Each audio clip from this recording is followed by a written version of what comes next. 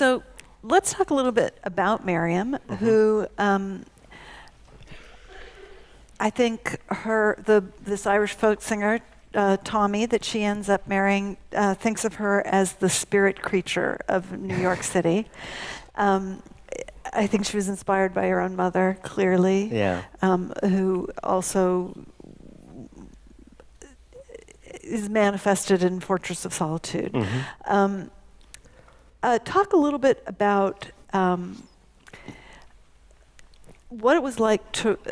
I think one of the really impressive aspects of this book is the way that the relationship between Rose and Miriam is sort of this an unbreakable bond full of hatred and this strange form of love, and they talk on the phone almost every day, it seems like. Yeah. But yet Miriam wants to get away from her. I mean, it's just you're writing about a particular kind of relationship, a mother-daughter relationship that you haven't participated in yourself, obviously, and yet it is really the kind of the nuclear core of the novel in a way.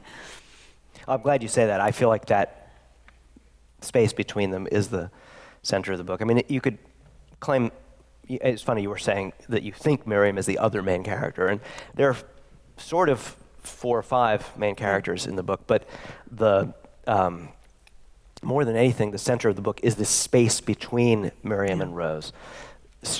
The emotional structure and the political implications of this transfer from one version of American dissidence, or being at odds with the culture at large, to another. And yeah, it's an area of real mystery to me that I, am just pouring as much attention onto as I can. Parts of my personal history, but also things that I've experienced, in other people's lives, or, Vivian Gornick's great memoir about her mother was a real energy source, Fierce Attachments. And I also became a parent in the time just as I was conceiving this book and beginning to write it. And, this mystery of,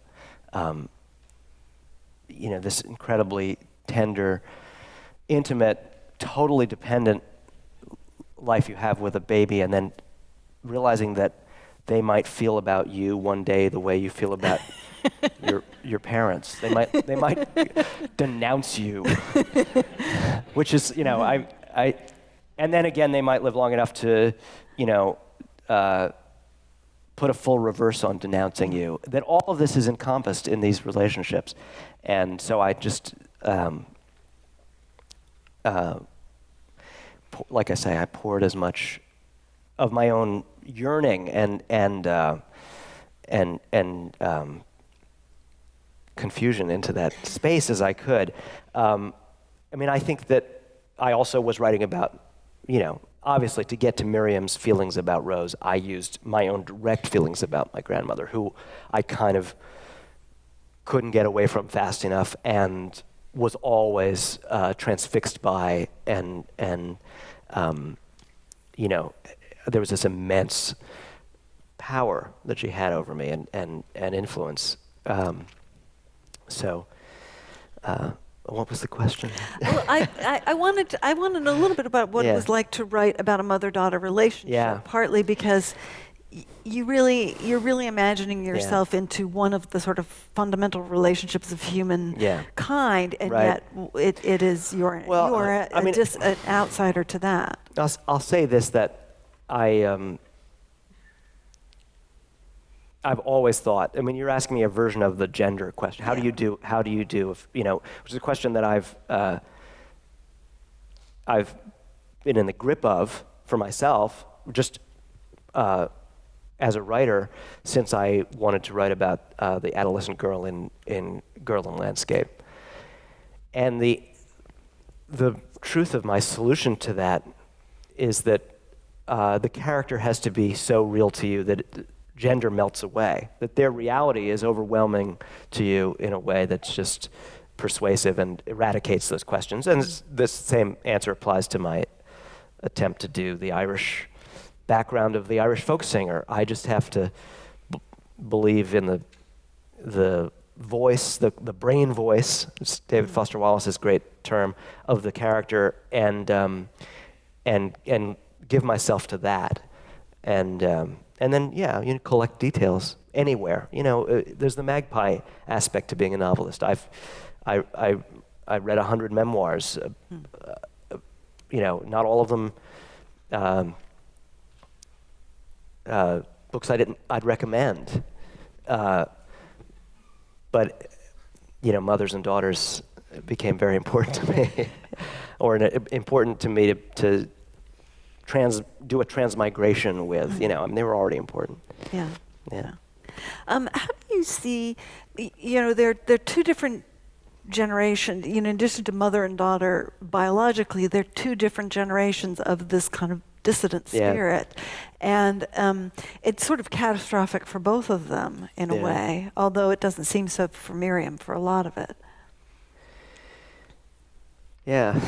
I guess I'm fascinated, and this is just outside of politics for me, really. It's something that I'm just thinking about as I walk around trying to navigate daily life. I forget New York or communism or my own family history, but just our compulsion to freedom and what how hypocritical and paradoxical our relationship to real freedom is whenever we glimpse it or attain it. That we sort of live with it as an emblem and run screaming from the real implications. And so that's, I think, really,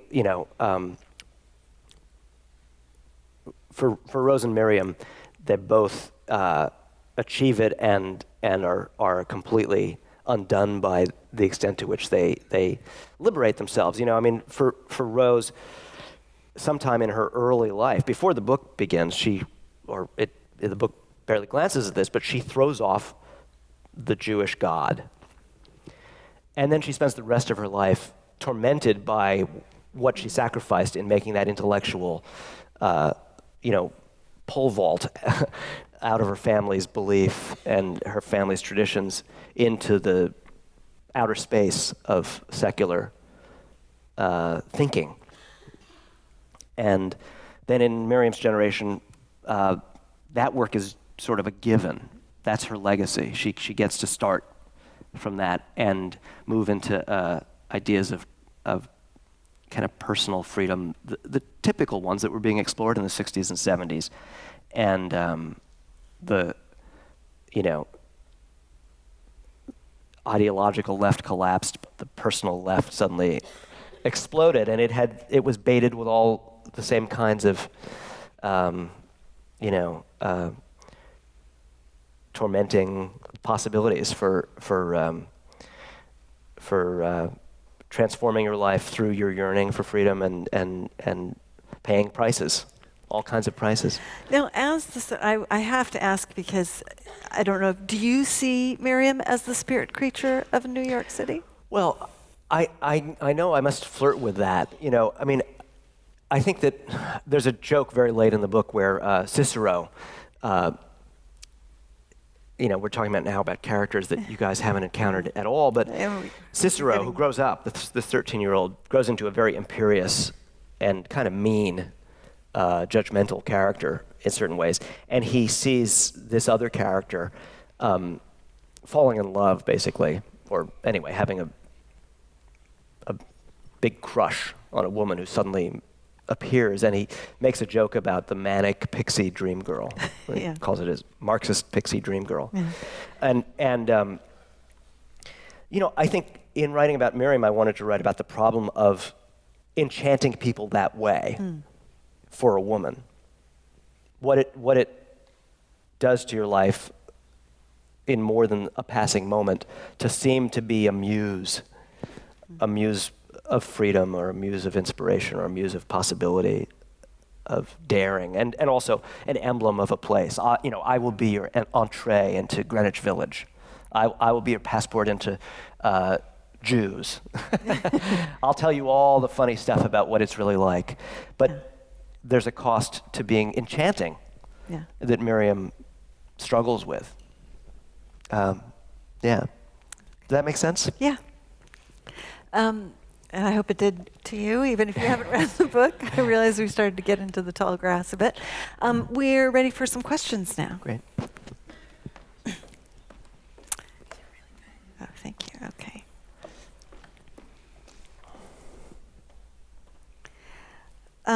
Okay, this is a great question. Did you move the location of this novel to Queens because the Brooklyn of your earlier novels no longer exists?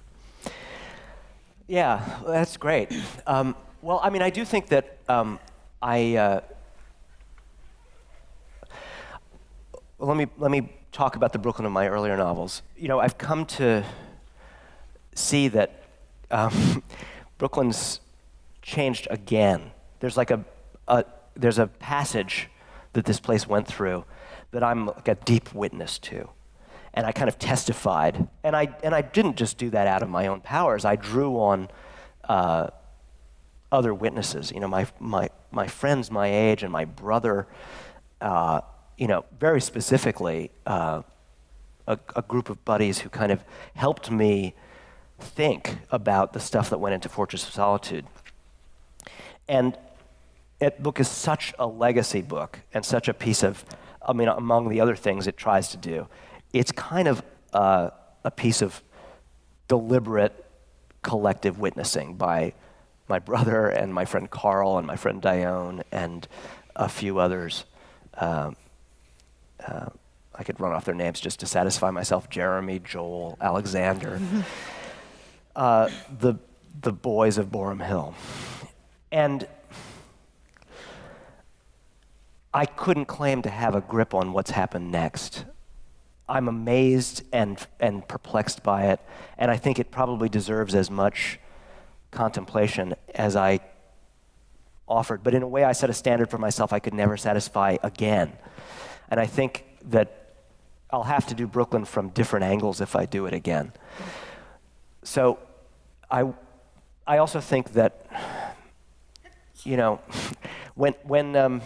going to make a weird analogy. When Marvel Comics invited me to write a comic book, they wanted to please me. They said, you could write about the Fantastic Four or Spider-Man. And instead I picked this dingy character who only lasted for 10 issues and no one remembered, called Omega the Unknown, because there just weren't, I felt there were too many stories about Spider-Man. I couldn't make him my own. And I think Brooklyn, right after I struck the vein in those two books, Brooklyn became overdetermined in a way it's a problem. Mm. It's just a problem, in the most simple sense that Spider-Man is a problem. You can't think about him because he's too many things. He's been too many things. He's like a toothbrush and a Band-Aid as well as a character, And I guess I want to write about Brooklyn again, and I'm really uncertain how to carve out a space where I can do it and feel as satisfied as I did with those earlier books. So Queens suddenly, because of my relationship to Sunnyside and my grandmother, seemed a way to do outer borough identity again and to do the street again and do this charged doubleness, this relationship to Manhattan again. So it's very personal, but it was transposed. And it was very handy that way. Yeah. Your answer to Bob of Brooklyn is yes. Yeah. Bob, got your answer. You said in a previous interview that you started this work to explore your grandmother's sex life. What on earth ever prompted you to think about the sex life of your family members? And also, why did you call it Make, the drug from Gun with Occasional Music? Oh, very different question. Yeah, just two questions there. The second one seems like it might be a little bit easier. Why did you call it Make? I can't remember. Yeah. It's so easy. That's so but I started that book when I was 23, 42, and I'm turning 50 next year. So I can't remember that decision. I mean, I think I thought it was funny to call a place where you picked up your drugs a makery. So it might have been a back formation from the makery, which sounded like a bakery. I don't know. I have no idea. Okay, now, but why did you want to explore? Well, I think I want to back away, first of all, and because it's a kind of, when did you stop beating your wife question. I don't walk around thinking about the sex lives of my family members all the time. But, I mean, when I describe my grandmother's life as consisting of, there's sort of like a lot of unanswerable questions. There's, for a person who's writing a history book or a family memoir, not knowing is a problem. And you have to either solve it through diligent research or lie or not write the book. But for a novelist, not knowing is this tremendously powerful invitation. And I just, I'm beautifully without access. My grandmother's been gone a long time. My father, who's not by temperament a remarkable oral historian of family histories. It's not his great strength. He'll answer questions if I come up with them, and sometimes he has some fragmentary answers. But I said to him, okay, was she a member of a communist cell? And he said, I just don't know. I really don't know. And that became my chance to write about this fact that is true, but I don't know if it's true for me, that lots of people's family lives include this, and to make it up and throw all this force of yearning and speculation and fascination into this unknown territory of my grandmother's political life. Well, her sexual and romantic life was similar. She was a really dynamic and a really attractive woman whose husband left her in 1948 with a 3-year-old child.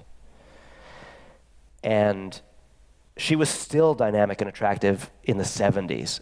Now, I think she had boyfriends of some kind, but I think probably they were also never prospects for, they were married men, or they were impossible men, or I don't know. So it was a thing to throw all of my novelistic instincts at, because she was so real to me, and I knew something real must exist, but I could never find it out. I had no route back to that factual stuff. So instead, I could take what I felt, the glimmers that were inside me just as a child around her, that she had not stopped having a sexual self in 1940, whatever it was, but that, of course there was something, and I just was going to let that be my occasion for this book, partly. Is your novel, on some level, a lament of political apathy today?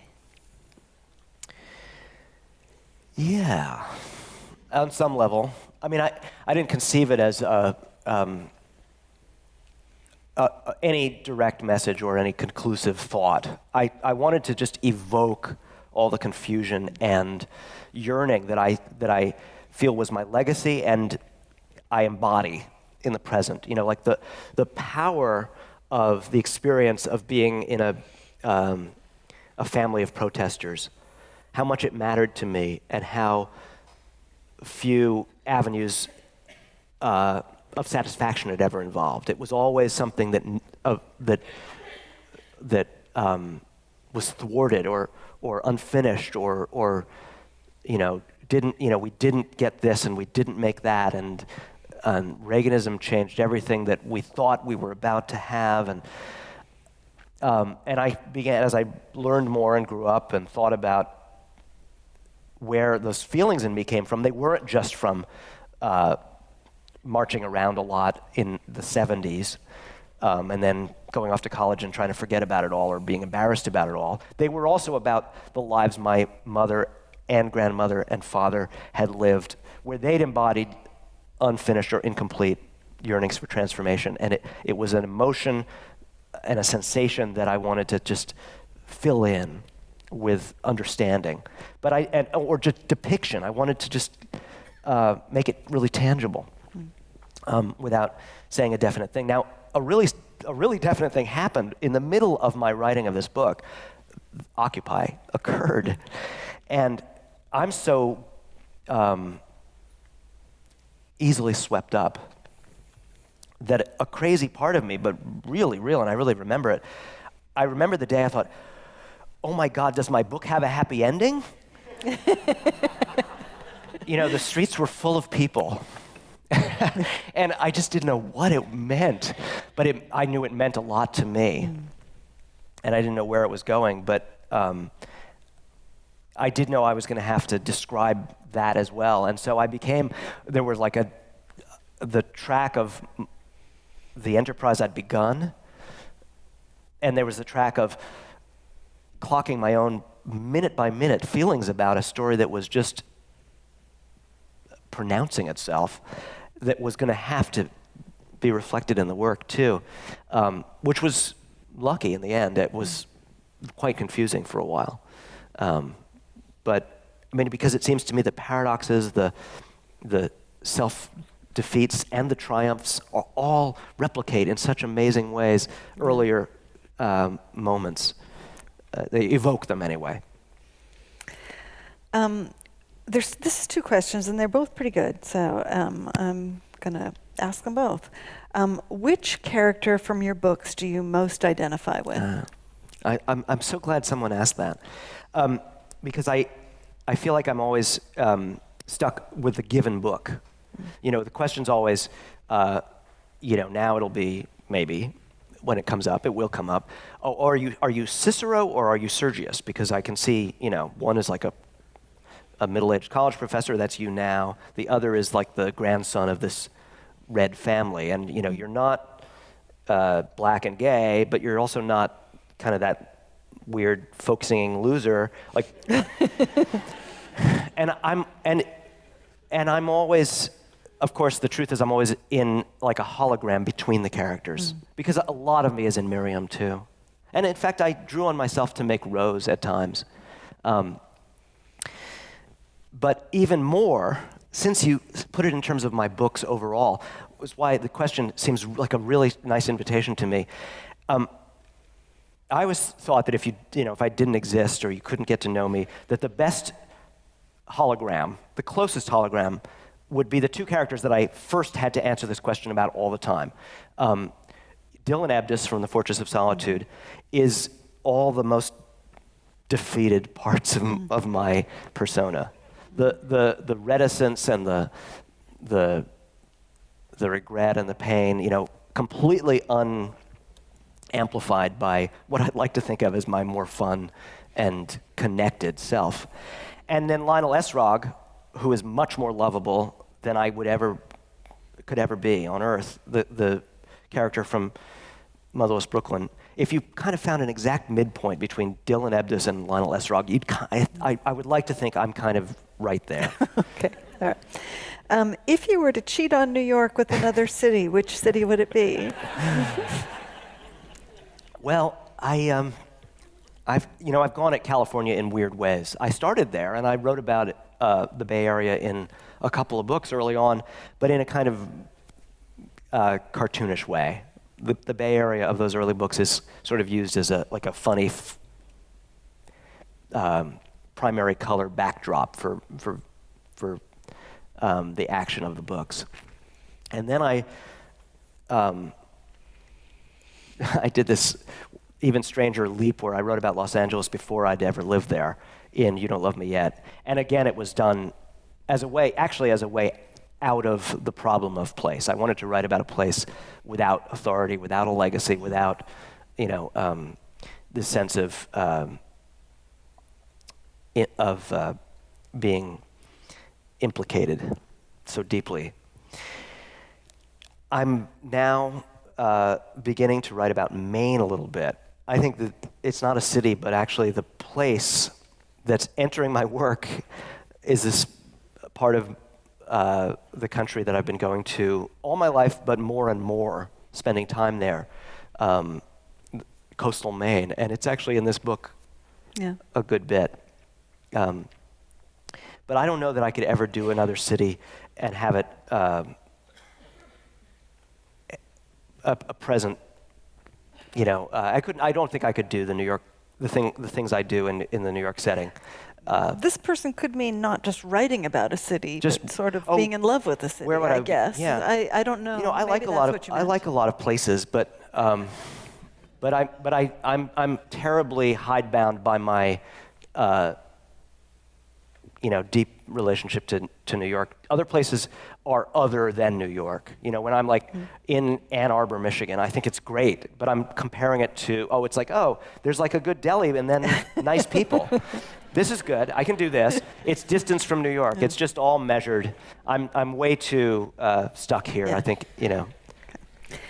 What themes in your 2013 world intrigue you now to pursue? I assume you mean in fiction, or it could be in nonfiction as well. What themes in my 2013 world? Well, I'm very slow to figure out what I am interested in. I mean, I'm not like a journalist. I don't capture present reality. I'm usually sunk deep in the past, so I think one reason that I was so awkward answering that previous question is, I'm living right now in a sort of on the edge of Los Angeles, and if I lived there for like 20 years, maybe suddenly it would be enormous and be a big feature of my work. But I don't know. Things sink in so slowly. I'm writing about my grandmother. I'm constantly thinking about 1972. And so I don't know what parts of my present life are likely to sink in that way, except, of course, that I'm so preoccupied with being a parent right now. So I could guess that's, it's probably going to become increasingly important to my writing because it's so important to my my There's a certain way that daily about life. being a parent is about being in a house so much. Yeah, that's right. Yeah. I'm in a home life in a different way. Yeah. Rather than a city. That's the last of our questions. Yeah. So I want to thank Jonathan. Thank you, Laura. And thank all of you for coming.